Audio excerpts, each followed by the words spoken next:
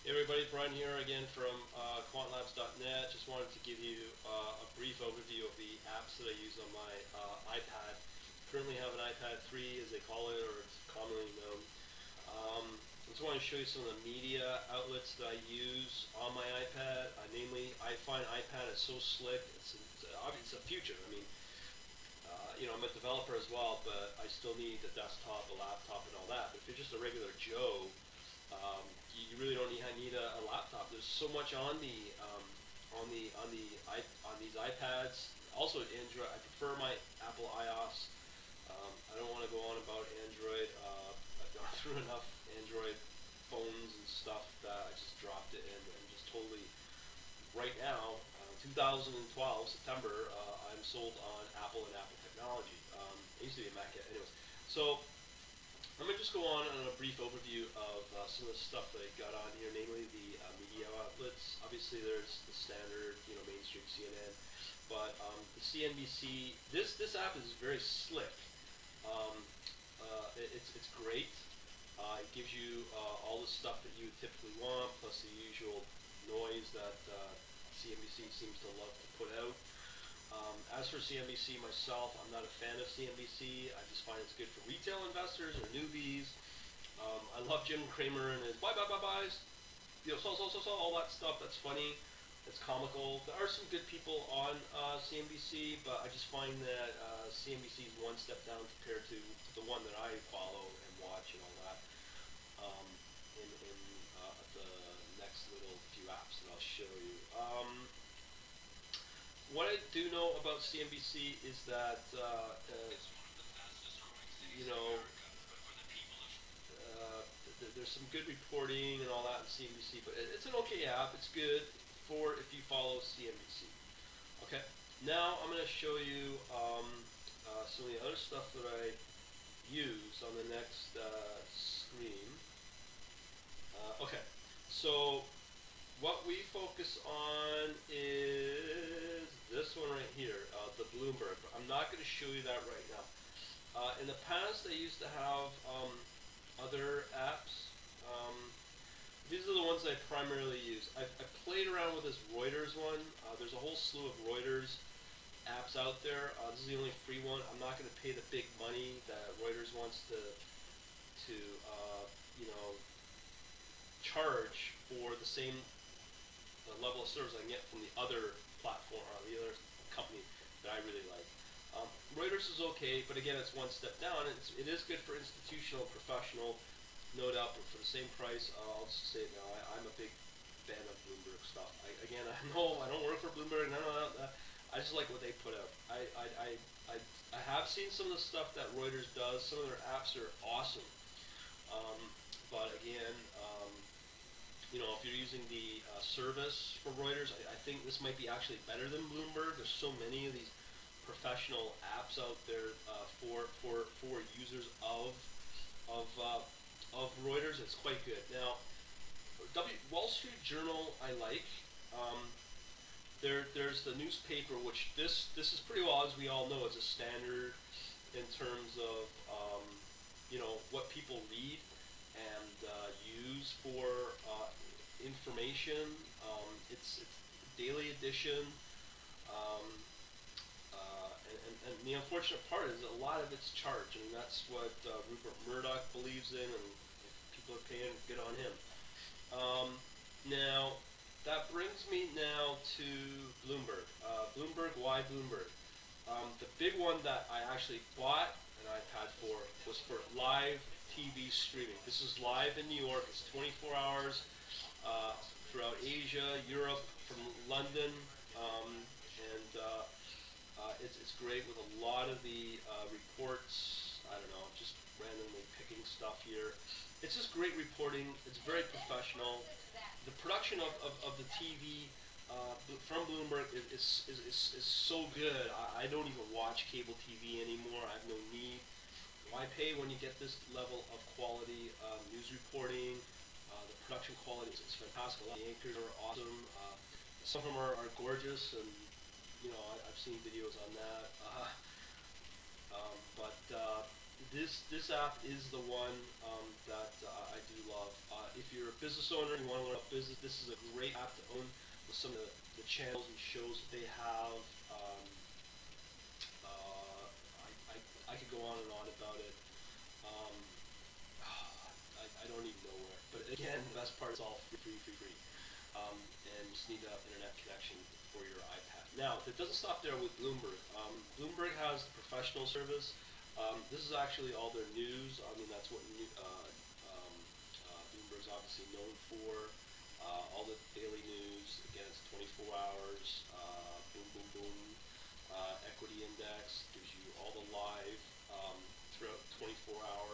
This is what I like to use for reporting. As you can tell, I'm probably overloading you with a lot of information, but this is a great app. I mean, look at all this. You get all the major indexes, commodity, all the future stuff, and it's all live.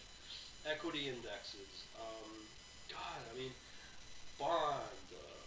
Again, you can tell this is meant for professionals. That's what this service is good. It's all free. Free.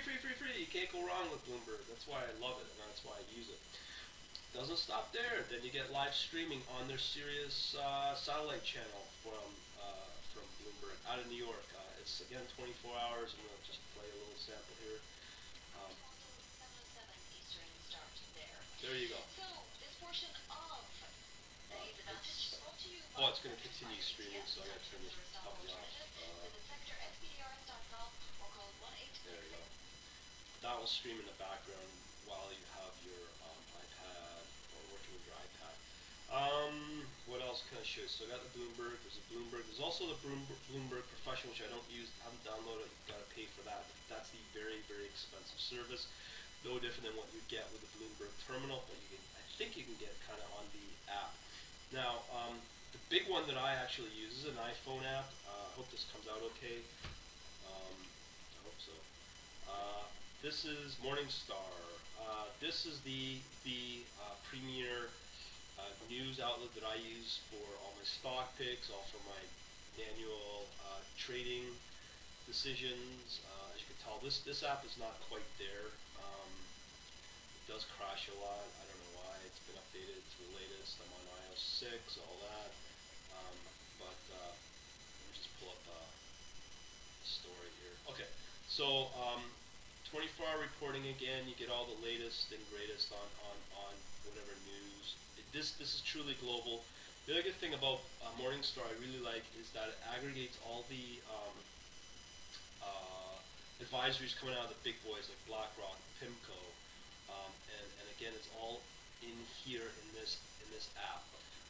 Actually, it's cooperating, but it can go on and on scrolling, and this is what I use it mostly for because it's free. It's for the news stories. I'm on it every day. This is my equivalent of a newspaper and stuff like that. Okay, so it doesn't stop there. Now.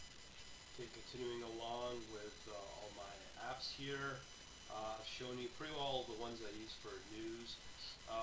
Some of the other ones that I've already shown regarding, obviously Morningstar is a big one, and let me just think of a few other ones.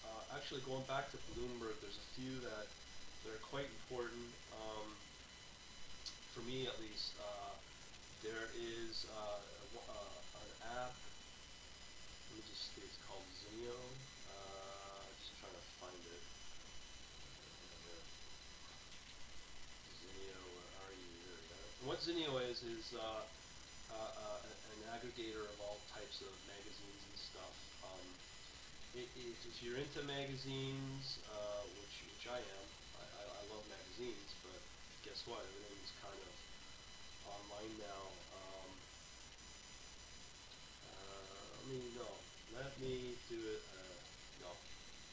Yeah, with Zinio, I just wanted to show you there's two magazines that you can get through Zinio. The big one that I like is but you can see that you get sample articles, but you can subscribe to magazines through the Zinio. The one that I wanted to show you was the was Bloomberg Bloomberg Markets. Let me think here. I'm just trying to find it. This app's bizarre. To find a basic search, it's really pretty crappy. Just to do a standard search on it is just really, really bad. Let me think here. Just having fun with my iPad. That's what this is turning into. App Store. Okay, I'm gonna do a search. Bloomberg Markets. I'll just pull up the description of it.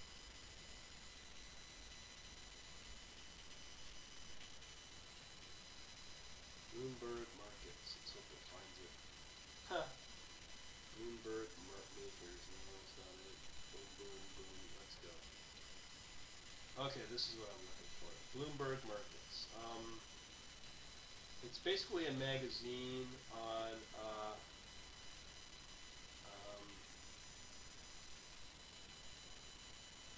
me just pull up the more here. Okay, so it's an iPad app exclusively for Bloomberg Markets, the magazine. It's an institutional magazine for hedge fund managers, bankers, all that sorts of fantastic articles in it. If you're into another source to find strategies, this is it. The older issues have it. Maybe you can get into some kind of archive to pull up those strategies up to about maybe 2 years ago in the back. They talked about what a lot of institutional traders use, specifically through the Bloomberg Terminal Service, how they do it. It's something I would look into, but a lot of people use Bloomberg. I read a book once that said if you want to be an inside trader the day before everybody else, you follow the Bloomberg terminal stuff. That gives you your trading edge. Okay. I could go on and on about it in terms of learning material. Let's go into the iTunes U. Look at that. This is one of the courses you can get for free. This is one of the reasons why I just love iPad. This course is Multi-Core Programming Primer. So if you're new at learning, this is free. It's put out as an equivalent of an open source from all the big top universities. You get notes, you get lecture videos, you get dude, it don't stop, man. I just don't know where to start with this. So I've got four samples: statistics, probability, algorithms, programming primer if you're new to it, or sorry, multi-core, and machine learning. So you can get literally hundreds and hundreds of other um, courses. I just don't know. Here's a catalog, the entire. I haven't looked at this in months, but it's just if you want to learn stuff, it's all free. It's crazy. Put out by Apple. Yeah, and I just wanted, as a bonus for those that didn't know that I was going to do this, I just wanted to show you something that is important. If you are a user of MATLAB, I've already talked about this before. Let me just find it.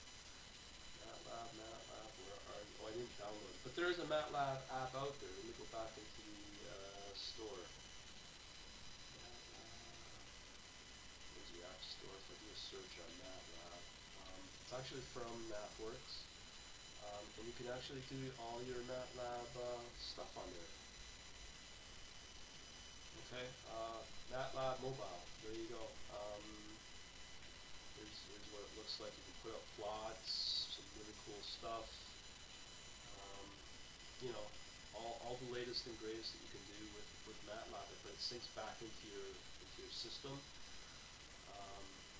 that you set up remotely on your home computer.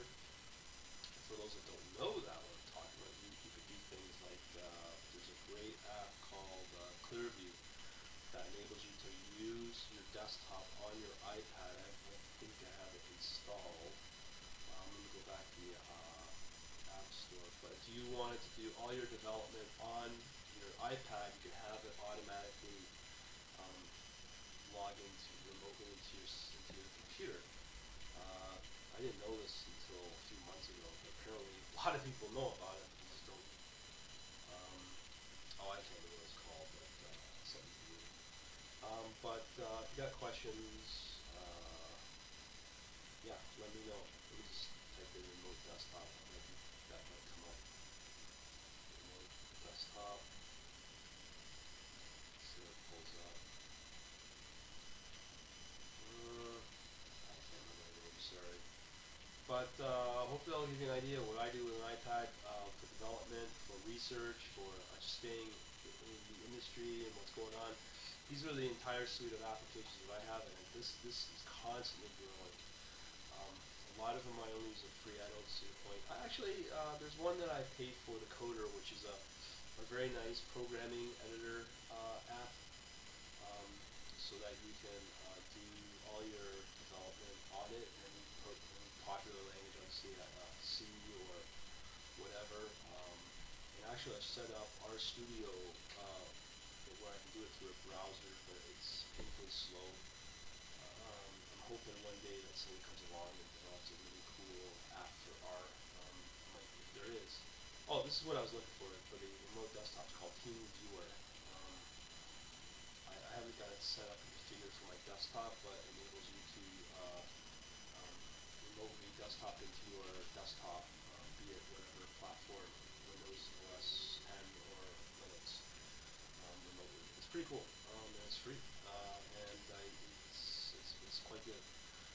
So hopefully I'll help you out. iBooks, again, this is just simple PDFs, nothing loaded, but I go on and on about iPad. It's just an amazing tool to have in your collection of RC14 trading, whatever that you're planning to do. Later.